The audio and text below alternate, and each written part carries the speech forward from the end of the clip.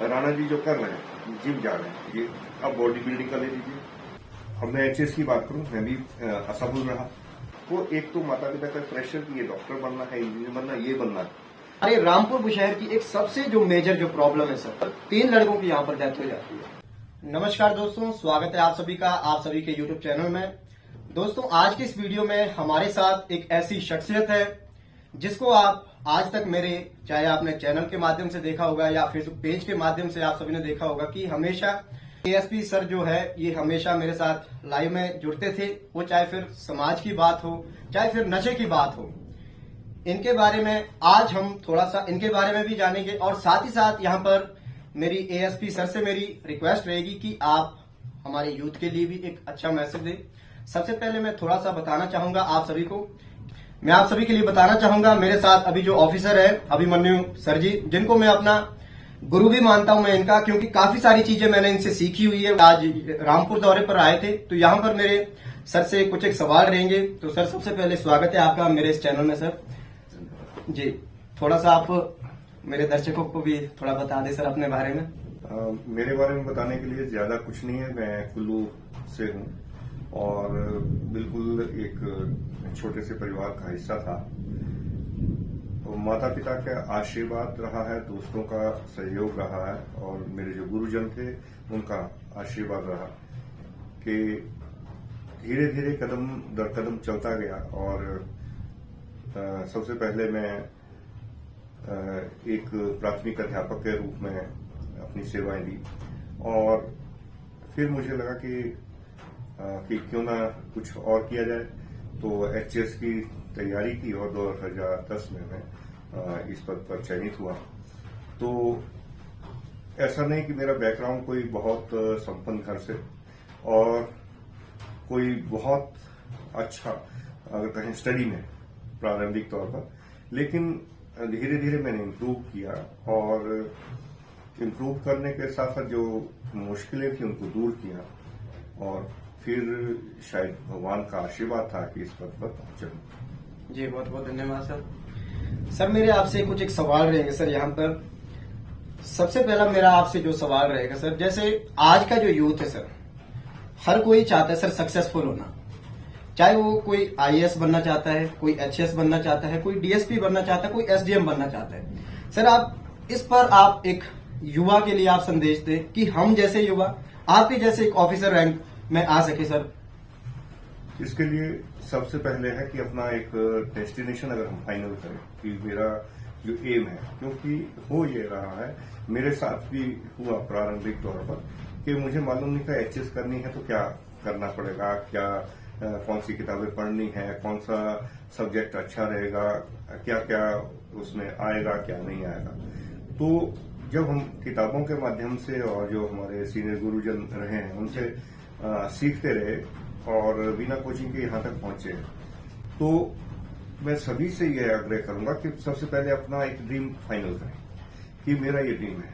अगर हम जब एक डेस्टिनेशन को फाइनल कर लेते हैं तो टारगेट हिट करना आसान हो जाता है, नहीं तो भटकाव होता है। तो जब आपने सोच लिया तो फिर अगर मार्गदर्शन के लिए आप जो सीनियर अधिकारी उस रैंक में रहे जिन्होंने उस परीक्षा को पास कर लिया, उनसे अवश्य मिल लें एक बार, ताकि आपको वो देख पाएंगे और समझ पाएंगे कि अच्छा आप एक तो प्रारूप जो है परीक्षा का वो पता लग जाएगा आपको, क्योंकि हम किताबों में पढ़ते हैं कुछ और प्रैक्टिकल तौर पर जिसने किया है। अब सिलेबस की बात करें, सिलेबस में बहुत कुछ लिखा रहता है, लेकिन उसमें भी है कि आप किस चीज पर ज्यादा फोकस करना है, किस पर कम करना है, किस पर कम ध्यान देने की आवश्यकता है। जो आपके पुराने क्वेश्चन पेपर है, मान लीजिए किसी बच्चे ने एनडीए की तैयारी करनी है, अभी वो +1 में है, तो अभी से अगर उसने एनडीए का देख लिया एग्जाम पेपर तो उसको पता लग गया मेरे को कहाँ इंप्रूवमेंट करने की जरूरत है। देखो कि मैंने पुलिस में जाना, जहां तक है आईपीएस आईएएस, उसमें तो जो फिजिकल है आपका के इतनी हाइट ही वो नहीं है। अगर किसी का कद 5 फीट भी है, 4 फीट 9 इंच भी है, 10 इंच भी, वो भी चलेगा। लेकिन अगर उसका एम सब इंस्पेक्टर का है तो उसमें अपना क्राइटेरिया हाइट का है। तो अगर पहले ही पता लगा लिया तो उसके पास एक और रास्ता खुल गया। अब जो तैयारी आप सब इंस्पेक्टर के लिए कर रहे थे उससे क्या है, थोड़ा सा 10% ज्यादा, 15% ज्यादा, थोड़ा सा समय ज्यादा देना पड़ेगा, तो आप उसमें हो सकते हैं। तो अपना एक ड्रीम फाइनल करिए, क्योंकि हमारे बच्चों को एक बहुत बड़ी कमी रहती है। दूसरा, जो आपके अंदर एक जिज्ञासा रहती है, थोड़ा डर रहता है, किसी से बात करने से झिझकते हैं, तो अपने अध्यापक साथियों का, अपने जो अध्यापक हैं उनका मदद लें। और बच्चा ये देख सकता है कि मेरे पास अभी और स्कोप है, नहीं है। अगर है तो आगे बढ़ो, अगर मुसीबत आएगी, रुकावट आएगी तो डरना नहीं है। क्योंकि एक चीज मैंने फेसबुक में भी डाली थी जी जी कि परीक्षा जो है वो अंत नहीं है। अब मैं एचएस की बात करूं, मैं भी असफल रहा। ऐसा नहीं कि मैं फर्स्ट अटेम्प्ट में निकल पाया। जी जी तो उस असफलता से मैंने कुछ ना कुछ सीखा है, और उस सीखने से इंसान तो वही है कि अच्छा, अगर हम एक बार गलती हो जाती, कुछ कमी रह जाती, तो उसको इम्प्रूव। तो अगर कमी रह जाती है कोई बात नहीं, लेकिन आप लेट पता करते हैं, लेट जागते हैं, तो कई बार एक अच्छा बच्चा भी है, अच्छा पढ़ने वाला बच्चा है, क्योंकि उसको पता ही नहीं है, अटेम्प्ट ही खत्म हो जाता है। जी जी जी। तो इसलिए अपना टारगेट आज ही चुनें। दोस्तों, मैं आप सभी के लिए बताना चाहूंगा कि ये एक ऐसे ऑफिसर है जो कि एक यूथ के लिए हो, चाहे समाज के लिए हो, अपने एक बिजी शेड्यूल में से ये हमारे लिए समय निकालते हैं। आप सभी इन्हें फेसबुक के माध्यम से भी आप सभी इन्हें फॉलो कर सकते हैं। मेरा एक सवाल रहेगा आपसे, जैसे पहले रामपुर बुशहर में आपको डीएसपी के पद पर आप रह चुके हैं, तो अभी चंबा में आप सेवाएं दे रहे हैं। तो सर, जैसे हमारे रामपुर बुशहर की एक सबसे जो मेजर जो प्रॉब्लम है सर, नशा। आप देख रहे होंगे यहाँ पर, जैसे अभी कुछ दिन पहले ही यहाँ पर 3 लड़कों की यहाँ पर डेथ हो जाती है। तो कहीं ना कहीं सर, आपने भी देखा होगा, आपके टाइम का एक वो टाइम और आज के टाइम में क्या आपको लग रहा है सर, आज के टाइम में यहाँ पर वो रिजल्ट मिल रहे हैं, या हमारा ये जो नशा है सर, कैसे आज का जो युवा है इस नशे से दूर हो सकता है? देखिए, सबसे पहले तो मैं ये नहीं कहूंगा कि वो बच्चे किस कारण उनकी डेथ हुई है, लेकिन अगर डेथ हुई है और यूथ में डेथ हो रही है जी। तो चिंता का विषय तो अवश्य जी। है। और सोचना एक अकेले को नहीं है, पूरे समाज को, कि वो बच्चा अगर गलत था तो किसी और का भी बच्चा कल को गलत हो सकता है, हमारा अपना बच्चा गलत हो सकता है। जी। तो उस स्थिति को हम कैसे संभालें? अभी क्या है, हम व्यक्तिगत लड़ाई लड़ रहे हैं, जबकि ये लड़ाई जो है हमको इकट्ठा होकर लड़ने की आवश्यकता है। अगर हम जी। क्यों, कभी एक किसी के बगीचे में आग लग जाती है तो सब दौड़ पड़ते हैं उसको आग को बुझाने के लिए, जो मेरा बगीचा भी खत्म हो जाएगा, नहीं रुकाई।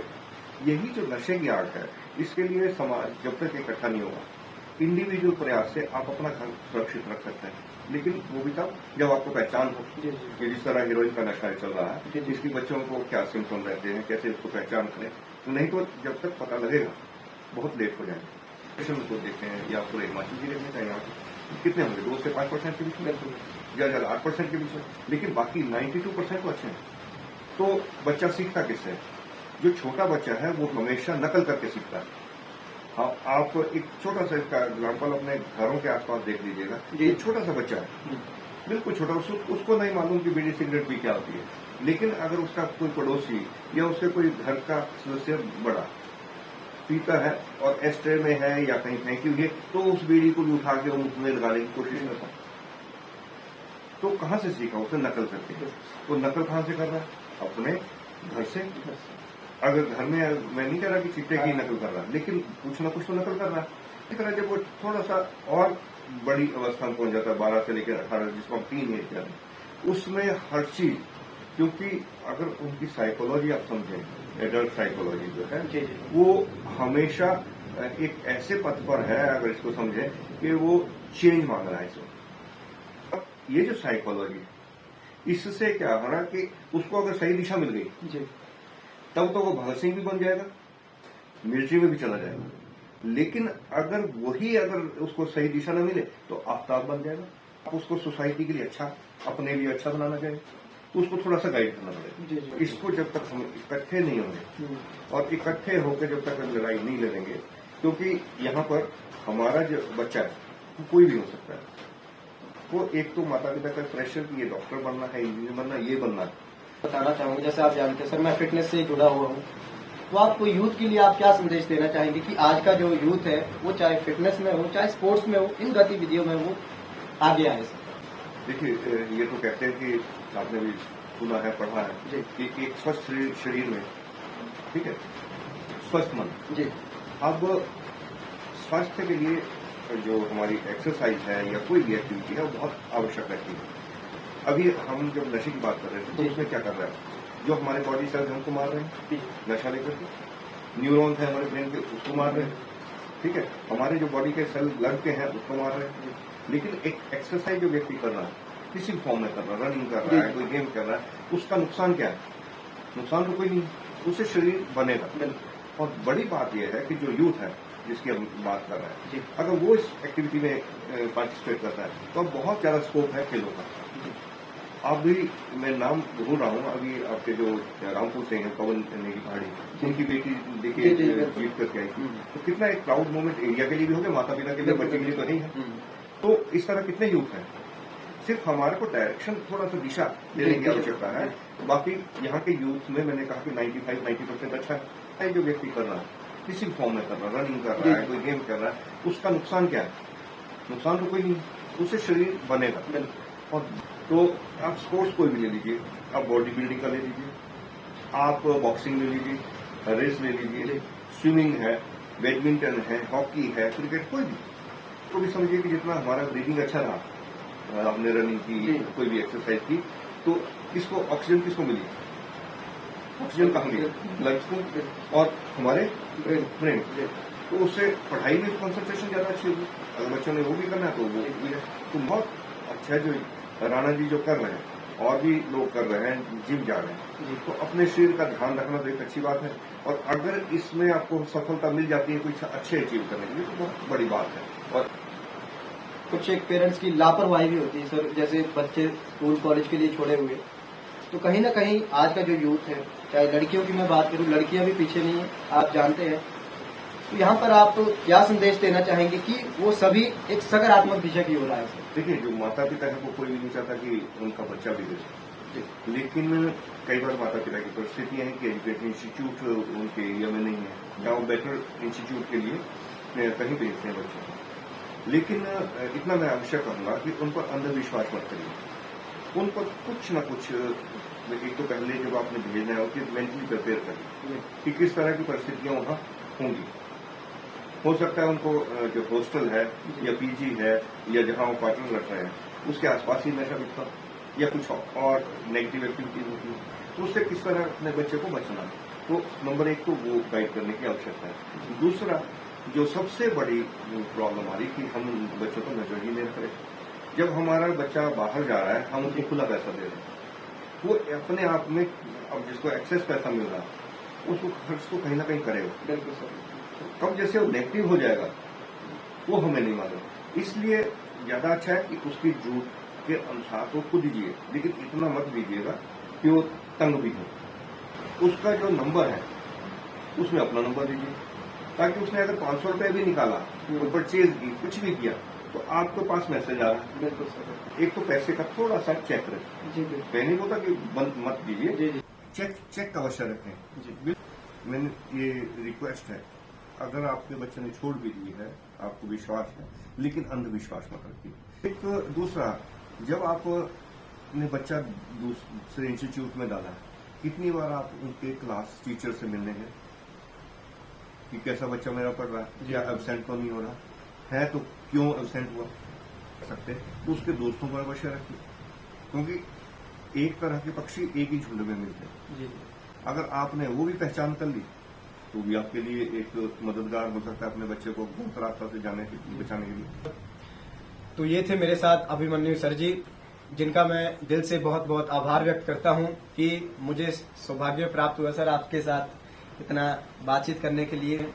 तो अंत में एक छोटा सा मैसेज यदि आप अपनी तरफ से यदि आप कुछ देना चाहते हैं सर तो आपको दे सकते हैं सर। मैं इतना ही कहना चाहूंगा सभी से कि जीवन जो है बहुत बहुमूल्य है, एक बार मिला है, तो इसको अगर हम अच्छे से ऐसा जिए कि आपके लिए भी अच्छा रहे, आपके माता पिता के लिए भी प्राउड हो, और देश के लिए और समाज के लिए भी कुछ ना कुछ सार्थक हो, तो उस जीवन जीने का फायदा है।